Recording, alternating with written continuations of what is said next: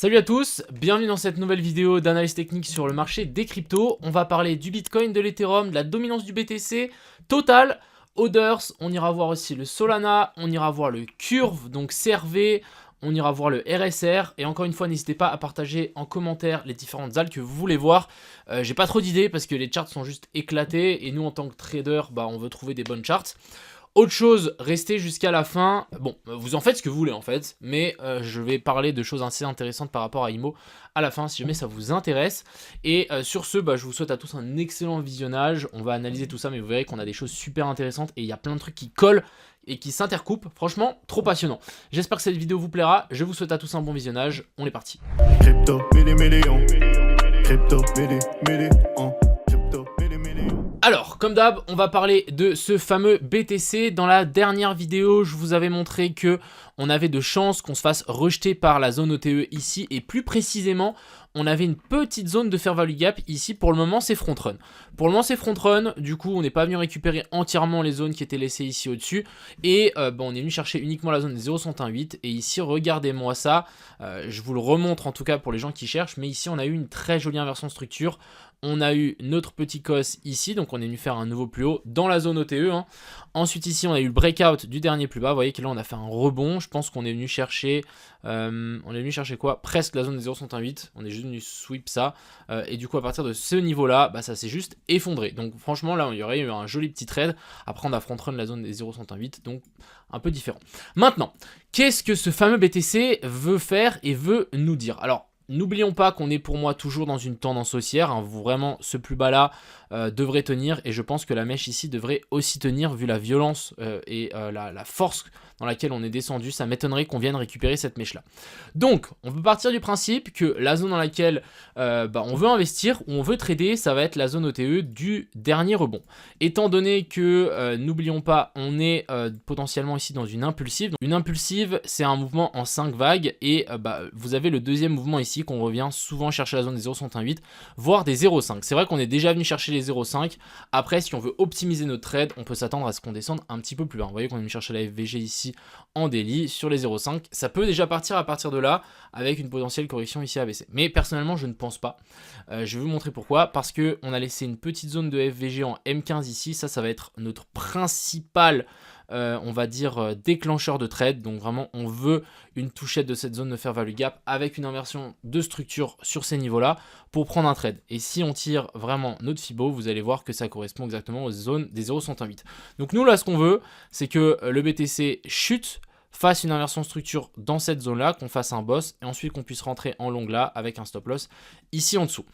En regardant un petit peu la charte, ici, on peut simplement aussi noter qu'on a laissé une zone de FVG là, du coup en 15 minutes. Moi, ça me choquerait pas qu'on remonte, récupérer ça et qu'ensuite on se fasse rechuter, qu'on se fasse repousser. Pourquoi?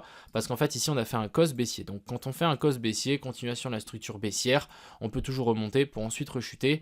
Et ici, vraiment, on a le sweep de hier, donc avec la conférence, et du coup, ça s'est effondré. Et ici, on a presque un changement de caractère, donc de la tendance haussière qui était ici en plus petite time frame. Donc pour moi ça aurait du sens à ce qu'on revienne là, qu'on fasse pourquoi pas une petite inversion structure des familles comme ça, et qu'ensuite ici on trouve un potentiel short pour target les zones plus bas. Ça sera un petit peu le plan. Après voilà, n'oublions pas que qu'on est dans une tendance haussière, donc trouver un short ici c'est compliqué, même si ici on est dans un petite tendance baissière qui s'est mise en place. Je me méfierais, clairement je me méfierais. Je vais vraiment attendre qu'on ait une inversion de structure qui s'est vraiment confirmée avant de prendre un trade. Autre chose que je voulais vous montrer hier, vous allez câbler, vraiment je vous dis vous allez câbler, et c'est là où on voit vraiment que si on est attentif au marché, en fait c'est trop propre. Vous voyez la FVG qu'on avait laissée là, donc c'est la FVG extrême. On en avait une autre ici, et moi je me suis dit que ça allait suffire. Malheureusement non, on est venu récupérer la FVG extrême. Donc vraiment ici, on est venu récupérer ça, mais au pixel, vraiment au pixel. On passe en 5 minutes, on peut même aller en 1 minute. Vous allez me dire, non mais c'est pas possible, tu nous baragouines quoi? Regardez-moi ça. Regardez-moi la touchette ici. Et ensuite, qu'est-ce qu'on a eu là? On a eu notre boss remonter dans la FVG en M1 qu'il y avait là. Et ensuite, ici, ça a chuté. Donc, en théorie, le gars qui aurait été chaud, qui a vu ça et qui se dit, ok, on est dans la structure, je vais le tenter. Je rentre sur la FVG, je mets mon stop loss ici. Et je target le plus bas. Le plus bas, c'est celui-là. Du coup, ça nous aurait donné un super 5.5 R sans trop de problèmes. En plus, on est descendu direct. Donc, franchement, trop clean. GG à ceux qui l'ont vu. Personnellement, j'étais pas sur l'écran et ça s'est passé en minutes, donc tu le rates, c'est fini. Mais voilà un peu ce que je voulais vous montrer sur le BTC. Donc vraiment pour moi la zone intéressante, ça va être la FVG qu'on a là. On va pouvoir tirer du coup notre zone OTE. Ça commence à la zone des 95 517. On va du coup faire un petit rectangle pour notre fameuse zone OTE. Donc là vraiment, on a plusieurs zones qui se recoupent et c'est dans ces zones-là dans lesquelles on veut tenter un short. Pas un short, excusez-moi, un long. Pour simplement target plus haut si vraiment on est haussier.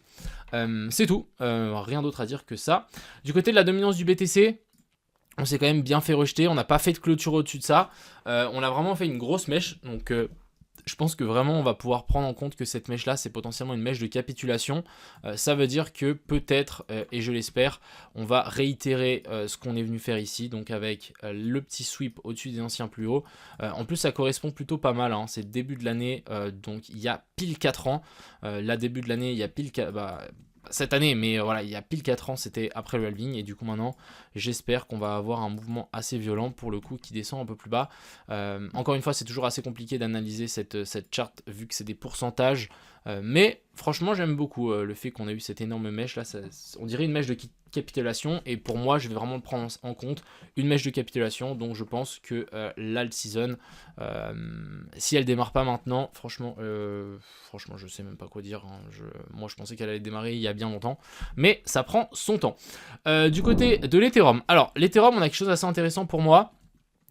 Du coup on a toujours ici cause, donc on est toujours pour moi dans une structure baissière, même si on a fait une énorme mèche. Personnellement je pense que on est dans une structure baissière, mais on va arriver dans une zone ici où on va se retourner pour aller chercher plus haut, et on va inverser cette tendance là. Pour inverser cette tendance là, il faut nous faire un plus bas plus haut que la mèche, donc qu'on soit tous d'accord, et il y a de fortes chances qu'on vienne du coup rect certains stop loss avant de vouloir repartir. Je pense que l'Ethereum peut d'abord encore monter avant de vraiment rechuter. Je pense que pourquoi pas nous faire FOMO un petit peu, comme on peut le voir ici. Ah mais tiens, ah non, j'ai mal tiré mon Fibo, hein. Mon Fibo, on doit le tirer depuis le dernier plus haut après le COS, et pas depuis plus là. Donc on le voit bien, la zone OTE est située, et elle commence à partir presque de la zone des 3000 $. Donc pour nous, en tant que trader, on voudrait essayer de trouver une entrée dans ces zones-là. On a aussi une zone de FVG en 4 heures. Donc personnellement, moi je vais patienter pour l'Ethereum. Si on revient chercher donc cette fameuse zone là et on fait une inversion structure, c'est toujours la même histoire. On pourra à mon avis tenter un short et target des zones plus basses. Alors, target ces zones plus basses. Qu'est-ce qu'on peut target? Pour moi déjà, on a un joli petit équalo, j'ai enlevé ces petits dessins. On a un joli petit équalo ici, exactement sur la zone des 2500. Je pense qu'on reviendra à le récupérer.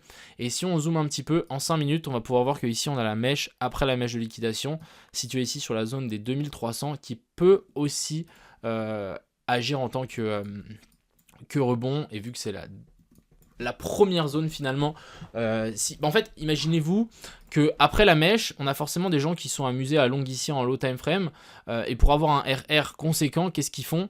En fait ils mettent leur stop loss ici au lieu de le mettre en bas de la mèche, parce que sinon leur trade il est éclaté. Donc ils mettent leur stop loss ici, sauf qu'il y a de fortes chances que du coup ça crée une poche de liquidité et que les market makers viennent récupérer ça et qu'ils repartent. Donc là vraiment on est en train de réfléchir. On va mettre du coup une entrée sur le stop loss de beaucoup de gens. Donc les gens quand ils vont perdre, nous on va rentrer en position, parce qu'après souvent on aura le mouvement violent et le mouvement puissant. Donc pour moi l'Ethereum, je pense sincèrement qu'ici on est dans peut-être une correction ici en ABC et que c'est peut-être terminé, même si mon cerveau me dit ah mais regarde, on a ici créé, on a créé un petit cos, genre là on arrive dans la zone de FVG, on peut se faire rejeter. Oui, on peut se faire rejeter uniquement si on a une inversion structure. Pour le moment il n'y a pas d'inversion structure, donc on ne short pas, il y a juste une belle zone qui est intéressante, mais voilà, on ne short pas. Ça m'étonnerait pas que ici on pète vers le haut. qu'on fasse une espèce de déviation au-dessus de ces sommets-là, on vienne chercher la FVG, la zone OTE, et à partir de ce niveau-là, on s'inverse. Si on prend notre Fibo, moi j'aime bien faire ça, hop, on prend le Fibo, on le tire plus ou moins par là, comme ça on a une estimation de plus ou moins où est-ce que la zone des 0,118 va être, mais ouais, clairement je pense que si on arrive à trouver un short là, la target ça va être l'Equalo là, chercher ici en bas, ça sera trop risqué, donc le plan vraiment idéal, c'est faire une inversion de structure ici pour qu'on puisse shorter. On short, target l'Equalo. Ensuite, on arrive dans ces Equalos. Pourquoi pas faire une petite dernière mèche qui vient récupérer ça. Et là, on rentrerait en longue. Et par contre, si on rentre en longue ici, personnellement, je vais clairement target les 4000 $. Voilà, c'est clair et net. Je pense sincèrement que si on redescend ici, on fait un truc comme ça, hop, on redescend, allez, hop, on redescend à ABC, on fait un truc comme ça. Je pense que là, on aura vraiment de fortes chances que l'Ethereum, ça sera son moment et qu'il reparte un petit peu plus haut. D'ailleurs, j'ai vu récemment que l'Ethereum était repassé inflationniste, c'est une catastrophe. Donc franchement, je suis très déçu de cet asset. Ouais, je suis déçu. Du côté de Ethereum contre BTC, franchement, il se maintient super bien. J'ai l'impression que vraiment, on a eu cette capitulation sur la dominance du BTC, mais aussi sur l'Ethereum. Et on est en train de maintenir donc la FVG ici en weekly qui doit être maintenue à tout prix. C'est la dernière FVG. Si ça tient pas, les gars, je sais pas où on va, mais c'est chaud. Même si c'est déjà chaud, et c'est déjà chaud depuis je sais pas combien de temps. Mais là, on peut avoir un peu d'espoir, on va dire, si ça tient cette zone-là. Ensuite, le total. Alors, total, je voulais analyser ce graphique parce que on va modifier certaines choses et on va regarder ensemble les différentes erreurs. Alors, ce que je trouve assez intéressant avec ce graphe, c'est que la correction que j'avais dessinée ici en ABC, finalement, elle n'est pas totalement fausse, parce que finalement, non, elle est fausse, attendez. Ouais, elle est fausse, parce que en fait, la ABC, elle était comme ça, A, B, et puis C. Et du coup, en fait, ici, sous décompté, on a notre A, B et puis C. Et c'est là où j'ai eu la petite erreur de me dire, donc là, on est descendu en 1, 2, 3, 4, 5. Ici, on fait notre fameuse A, B et puis C. Et du coup, ici, on est redescendu en 3, 4, 5. Ce qui nous forme, en fait, notre grande ABC. Donc, si on déplace, je vais enlever ça. Si on déplace notre C ici, on met notre B là et on met notre A là. Là, on a le décompte qui est juste. On a la zone des 0,118 qui a été touchée. Je vous en avais parlé, comme quoi c'était bizarre qu'on vienne pas la toucher. Mais bon, j'ai quand même été assez aveuglé. Et du coup, notre 4, en fait, elle est là. Du coup, ça veut dire que là, on a vraiment un décompte qui est encore plus propre. Je l'aime beaucoup, ce décompte. On a vraiment quelque chose de propre ici. On a vraiment une très jolie A, B et puis C avec la recherche qu'on voulait ici en dessous. Et maintenant, je pense qu'on peut avoir notre dernière vague. Donc la dernière vague, elle va se faire en 5 vagues. Donc en 1, on descend à ABC. Là, on fait notre 2, 3, 4 et 5. Et en général, ici, on fait une petite divergence des familles sur le RSI. Parce que le RSI fait un plus bas, alors qu'ici, on fait un plus haut. Ensuite, on casse. Ici, on nous fait notre fameux boss. Et ensuite, après, on remonte. Et là, on va repartir en 1, 2, 3, 4 et 5. Et du coup, on aurait le top qui sera formé sur les cryptos. Ensuite, du côté de Others, de nouveau, même chose, même si c'était un peu plus violent. Pour moi, on est venu faire quelque chose de magnifique. On est venu chercher la dernière zone de FVG qu'on avait là, je vous en ai déjà parlé. La correction, pour moi, en A, B, puis C, elle est ici. Et du coup, en fait, ici, on a notre ABC. C'est ce que je craignais, mais franchement, c'est ce que je craignais parce qu'on avait notre ABC et je me suis dit, ah, c'est pas assez gros, genre. Là, on est remonté en ABC et après, on est 1, 2, 3, 4. Bref, ça s'est pété la gueule. Maintenant, l'objectif, ça va être de rentrer sur nos alts préférées. N'oublions pas, simplement, on tire notre Fibo. Je ne sais pas si ça sera le plus haut. On tire nos Fibo, on attend qu'on revienne chercher la fameuse zone OTE qu'il y a là. Et une fois qu'on est dans cette zone OTE là, achetez n'importe quel alt. Voilà, c'est tout. Vous achetez ce que vous pouvez, ce que vous trouvez, ce que vous avez, vous achetez tout. Après, le mieux, c'est d'essayer d'acheter des alts qui sont quand même un peu plus fortes que les autres pour que ça rebondisse plus. Celles qui ont le moins corrigé, on va dire. Mais pour moi, ça va être ça le plan, c'est d'attendre cette petite descente. Et bien évidemment, on peut remonter quand même un peu plus fort parce qu'en fait, le dernier cos, il est là. Bam, ça c'est vraiment le dernier cos. Donc en vrai, notre Fibo, on peut le tirer depuis ici à ici. La zone des 0,118 est ici. Donc en soi, on peut vraiment remonter jusque cette zone-là. Ensuite redescendre et ensuite repartir. On n'est pas obligé de juste remonter un petit peu et de redescendre. Ça peut prendre vraiment temps et on peut avoir un petit run avant. Ensuite, continuons. L'indice du dollar qui se fait rejeter. Magnifique, c'est ce que je vous avais montré. Le vrai boss ici qui fait le taf. On a eu un super rebond. On n'est pas venu faire un nouveau plus haut. Donc là, vraiment, on est dans une 1, 2. Et là, ça va descendre. Donc franchement, très propre. C'est bon pour pour nos cryptos. Ensuite, RSR. De nouveau, je voulais vous montrer en daily On a eu donc cet énorme pump. On peut simplement tirer notre fameux COS. Ici, on va pouvoir tirer notre zone OTE. On voit qu'on est parfaitement dans la zone OTE, même un peu plus en dessous. Moi, ce que j'aime beaucoup ici, c'est le sweep. On est venu sweep ça. Si on passe en weekly, vous allez voir qu'on a un magnifique sweep avec une magnifique correction en ABC. En weekly, elle est vraiment clean A, B et puis C. Donc personnellement, très très belle zone ici pour le RSR. Sol. Alors... Sol, on va pouvoir l'analyser un petit peu plus en détail. Moi, je suis assez, on va dire, mitigé.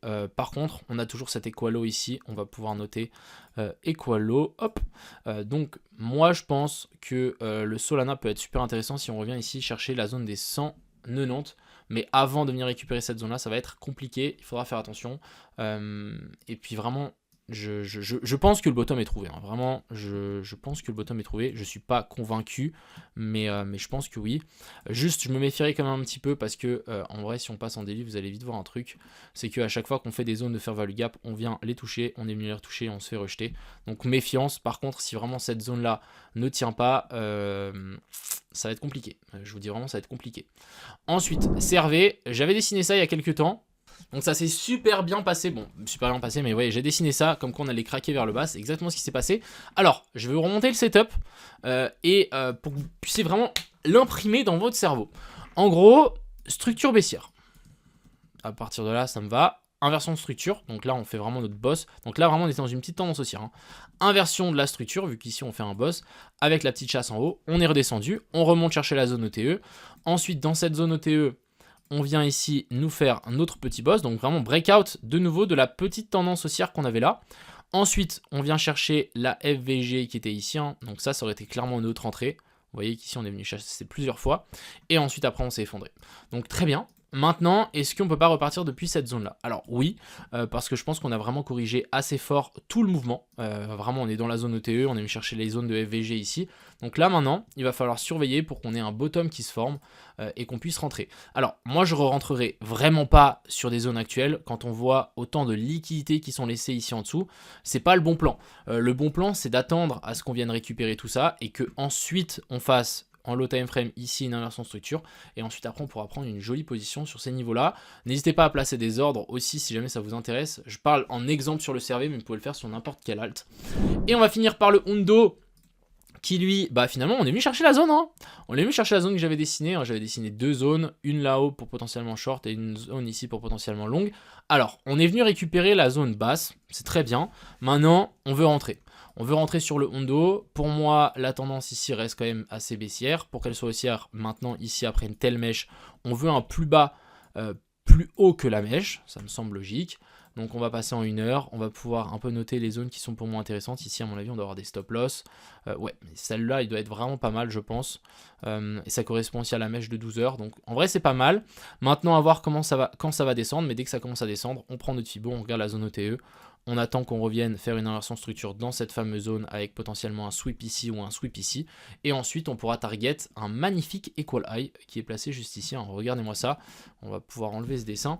Mais celui-là est magnifique, hein. Vraiment, la mèche là, elle est tenue par là. Franchement, on a une belle poche de liquidité.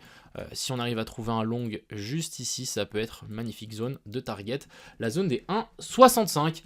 Voilà un petit peu le topo pour aujourd'hui. J'espère que cette vidéo vous a plu. J'espère que vous apprenez encore une fois des choses. N'hésitez pas à me le faire savoir. Et puis, bah, je vous souhaite à tous bon trading. J'allais oublier. Au moins, là, il y aura vraiment tout le monde qui sera parti. Les gars, ne tardez pas trop pour IMO. J'ai partagé ça ce matin, j'ai dit all season ou pas all season, je vais créer notre propre season, la IMO season. Et oui, avec la team là, on a tellement de bons trucs qui vont arriver, vous allez péter un plomb. On est vraiment le meilleur projet RWA immobilier, je pense, qui va arriver sur le marché. On est, je pense, mieux que Realty si vous voulez faire des multiples. Si vous voulez la sécurité, allez sur Realty, bien évidemment. Les mois qui arrivent qui vont être légendaires et marquer tous les esprits, enregistrer ce post. Je voulais juste vous montrer la chart de IMO, elle a super bien tenu le dump.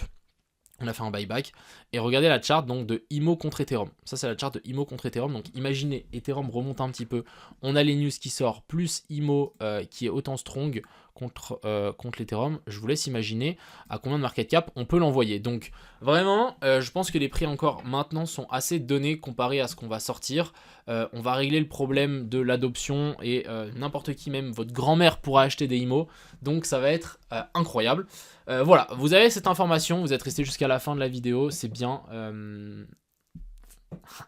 Voilà, je sais pas trop quoi, je sais pas quoi dire d'autre parce que c'est une dinguerie. Enfin bref, je vous souhaite à tous une bonne fin de journée. C'était Cryptomignon. Ciao.